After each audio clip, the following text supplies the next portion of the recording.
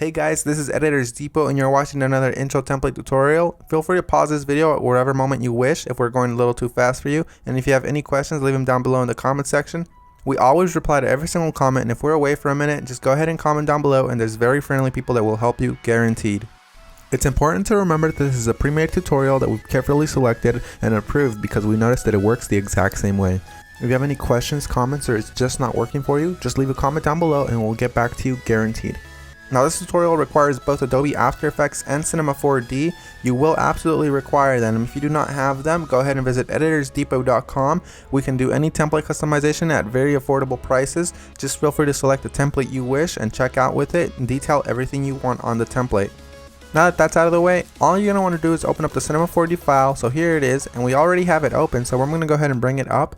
And as you can tell, everything is ready to go. All you have to do is replace the text, render, and you're done. Except one little thing, there's sometimes problems that come up with the templates, and I'm going to go ahead and cover them here.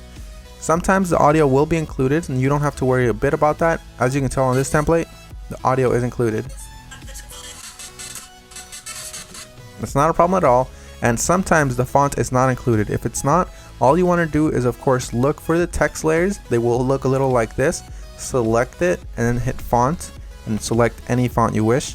You can visit DesignerDepot.net for any font you wish. The first thing you want to do is of course modify one of the text layers. So here it says your. I'm going to go ahead and hover the text after I select it and replace it with editors. I'm going to do the same thing for the second layer behind that one. I'm going to hover the text and write editors. Now that that's done, I'm going to go ahead and render preview.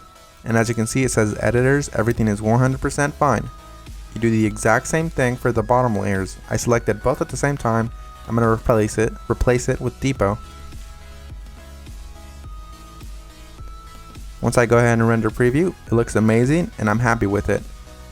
I'm 100% happy with the colors because it's red and Editors Depot is red, but if you're not happy with the colors, you can simply come down below, double click it, and make any modifications you wish, whether it's make it green, make it blue, or blend it all together and make a little purple. I'm going to go ahead and keep it this way, and I'm going to go ahead and go to my render settings now. Once you're in the render settings, you're going to want to make sure that your width and height is set to 1920 x 1080 if you have a very good computer or decent computer and you have time. If you have a slow computer and you probably don't have that much time, you make sure you set it 1280 by 720. You want to make sure you tick all frames, and then you go to save.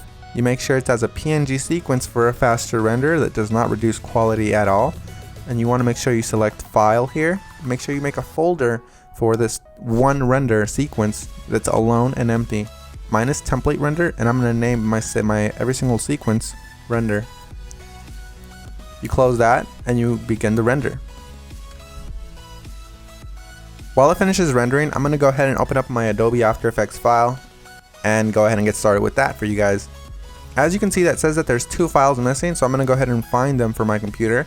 So I'm going to wait for it to load, and as you can see, it says here that the audio is missing.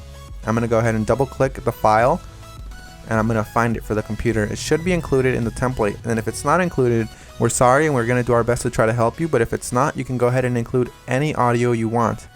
As you can see here, it's not included, so I'm going to go ahead and just drag in one of my copyright-free files that I have in my library. You can use the one that we're using for this tutorial. Another really quick tip you can actually follow is just close this, right click the file, and go to rename. You can actually copy the entire name if it still has the original name of the song. Then you go back to YouTube, you paste that there, and you download the file from there. You want to make sure it's copyright free and you're not breaking any laws though. Once you've gone ahead and replaced your song, you're going to want to go ahead and replace the other thing that was missing, which is of course the PNG sequence. It might be a PNG file, .png, or it might be an MP4 file, or anything within those regards, like QuickTime for example. You're going to go ahead and double click it and replace it with your render sequence. I'm going to select the first frame, scroll all the way down just to be safe, and select the last frame. You want to make sure you do the same thing, all while holding shift, so it selects every single one. You make sure you tick on sequence here where it says PNG sequence. You should have that option for Windows as well. You hit open and it will import every single one and it'll make it look like a video. That makes your render much faster and it looks the exact same. So we're 100% done. Assuming you have every single one of the plugins required, you're 100% done, and if you don't, you're going to have a black screen similar to this. But if you do have a black screen similar to this, you're going to just want to make sure you troubleshoot it by turning off or turning back on whatever adjustment layers might be messing up your entire video. As you can see here, all of the adjustment layers, one of them within these messed up the entire render, so I'm going to go ahead and turn them on one by one. That one's fine, that one's fine. This one's the problem here, so you make sure you turn them back on and you're done. So I had one layer that messed everything up, and that's because I do not have the correct plugin. You want to make sure you fix that, and you want to make sure you don't run into that problem again. And finish the composition by adding it to the media encoder queue. That pretty much summarizes our video, guys. I hope you all enjoyed it, and if you did, remember, drop a thumbs up if you liked it. Drop a thumbs up if you are a fan of us and you like what we're doing. And guys, we really appreciate every single one of you from the bottom of our hearts. We really appreciate every single one of you guys, whether you're liking this video, disliking, or you just left and you didn't even watch this tutorial, guys. Hope you all have an amazing day, and as always, this is Maurice. Visit EditorsDepot.com for any customization of templates, and have an amazing day. Take care, guys.